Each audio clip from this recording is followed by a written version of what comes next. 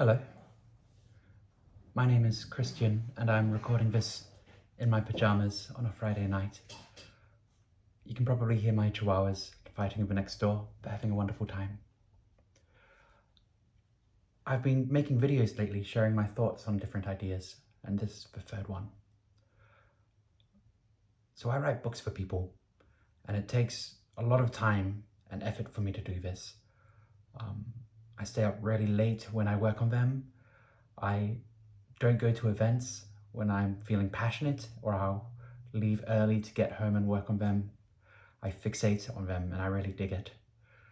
Over the last few years, I've turned down more projects than I've accepted, which is a wonderful thing to be able to say, because I only want to work on projects that I know I'm going to be able to pour myself into and that really capture me.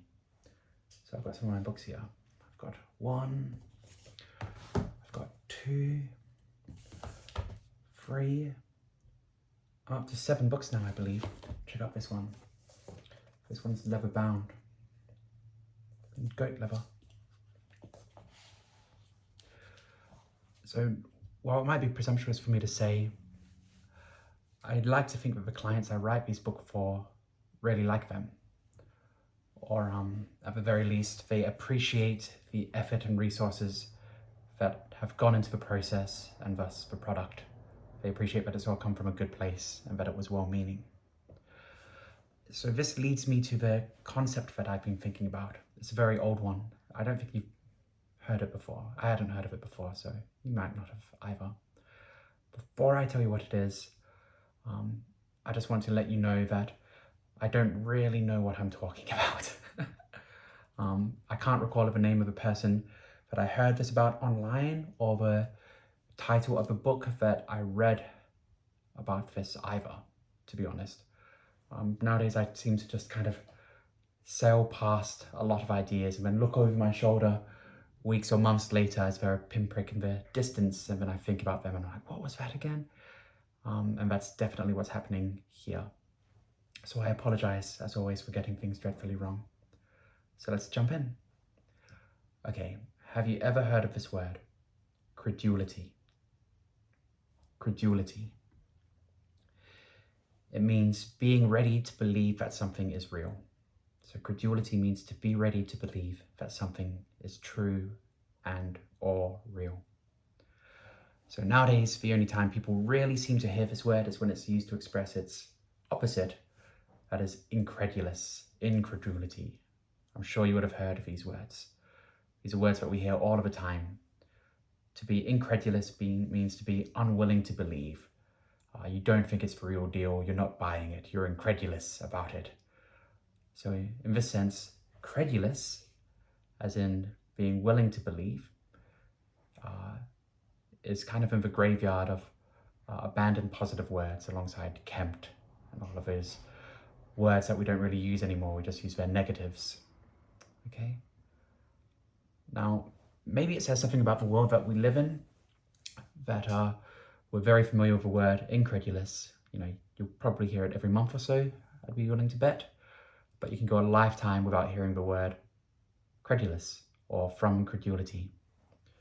Yeah, the closest we seem to come, or at least when I think about it, the closest that we seem to come nowadays is to be trusting, to have faith, or less generously to be naive, or to be biased. Biased is a really sexy one nowadays.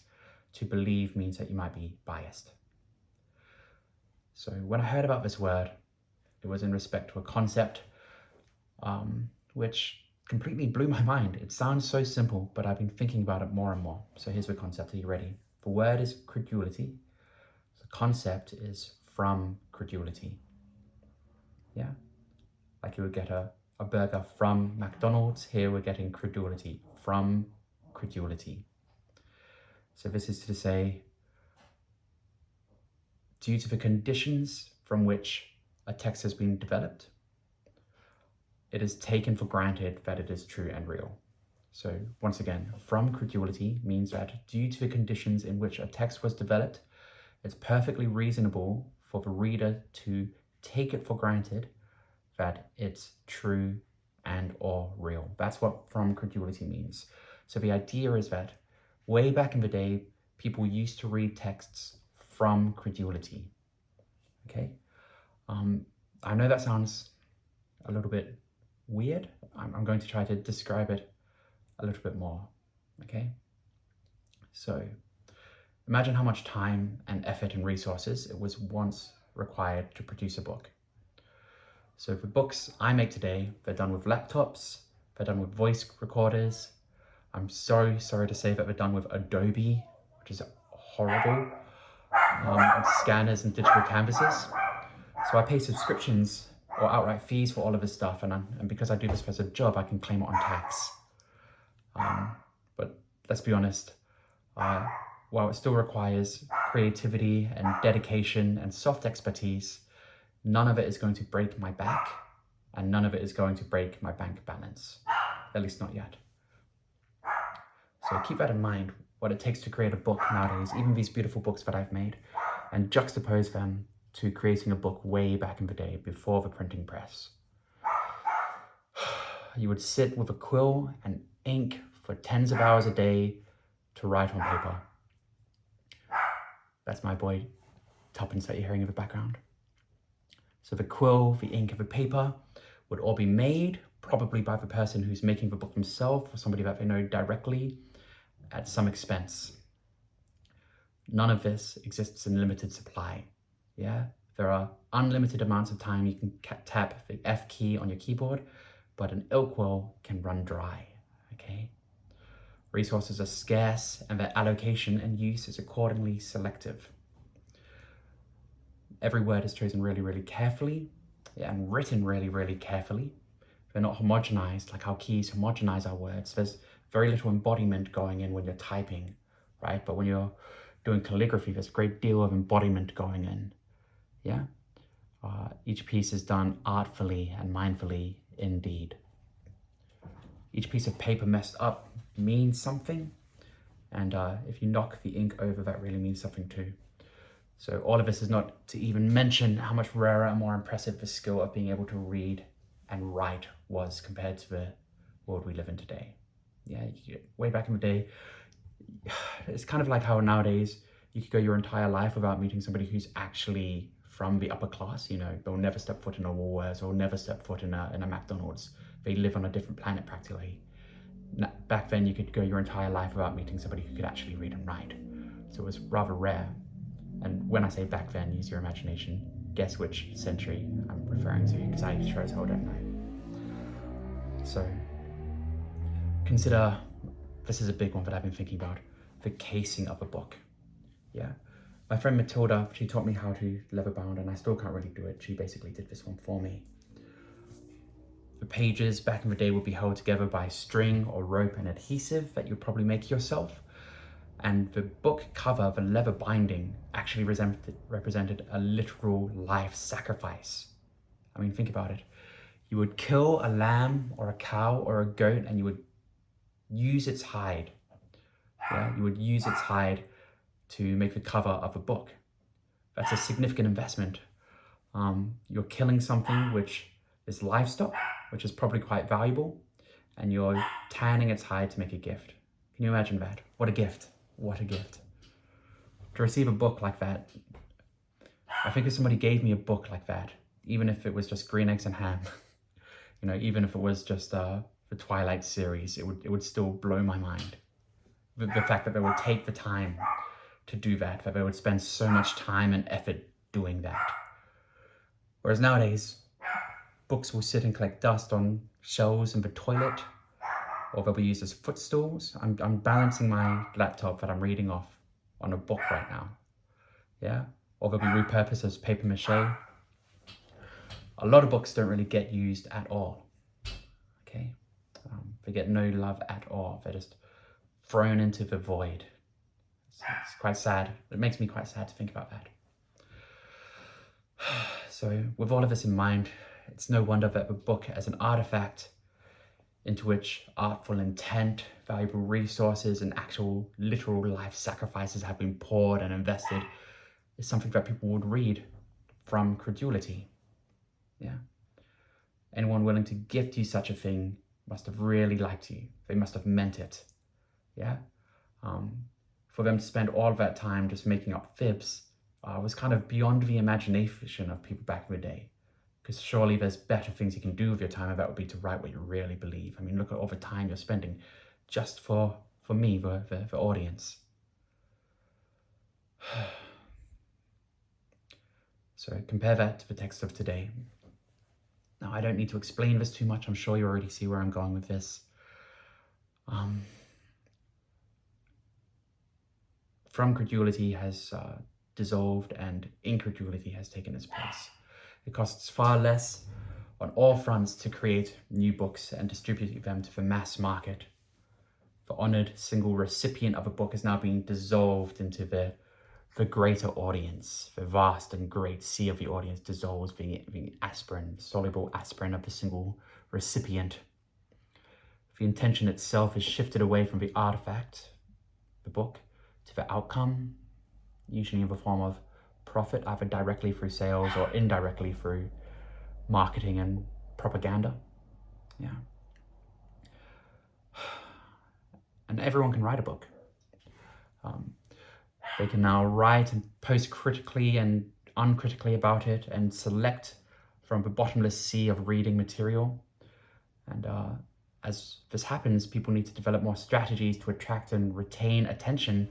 And so we see the rise in cynicism. It makes perfect sense. I'm not judging it at all. It makes perfect sense. I mean, we can now automatically generate books through AI and post them on Amazon as digital books. It's gotten so bad that Amazon has actually had to limit the amount of books a user can post a day. Did you know that? Because people were just generating a bunch of books and posting them automatically every day. A lot of the time when people find that they're arguing with people online, they don't even realize that they're arguing with a bot now. It's not even a human. And so to be incredulous is a perfectly understandable standard for being alive in the 21st century. Yeah. And I know that using AI to generate books still involves a sacrifice. We're not sacrificing a lamb or a goat now, we're sacrificing the future. You know, you get AI to write you an essay and you burn down a Norfolk pine in terms of the energy consumption that it uses. But that sacrifice is far away in space and time. It's far away from the mind. You don't see it. You don't get the blood on your hands. I don't think anybody who just dicks around with AI, like, they're not ecologically inclined. They're far from life when they're doing it, I expect. Or at least life is far from their mind. And then the last part of this that I've been thinking about is, when I went to university, I was almost taught to conflate intelligence with cynicism and criticism. To watch a film or to watch a play or to read a book and to spot the flaws and to criticize it and to see the sinister material history from which it sprang was a way to indicate that I had learned and that I was clever. You'll see people who are like this. They are now unable to experience credulity because they would rather experience cleverness. Yeah, I'm not judging anybody on that front, but I hope that you can see, even though I'm being a bit broad here, that there is a bit of a shift going on. Yeah, to be able to spot what a person is doing and not fall for it is to possess a sharp and discerning mind with no flies on it. So I could go on. Geez, I'm approaching 15 minutes. The point is that there are many understandable reasons for why we are now so incredulous. It's rational, it's warranted, but I wish genies were real, so then I could have 3 wishes. Imagine that. First one would be to wish for a return of the concept of from credulity. You know, imagine if it was as a response to the inundation of AI art and cynical, corporately developed films and generated books and songs and artworks. Imagine if when you would look at a text or listen to a song, there could actually be some kind of watermark or like white noise that would be a proof of human creation, you know, a watermark saying from credulity, from human well-meaningness. And so when you would read it, you would have a trust,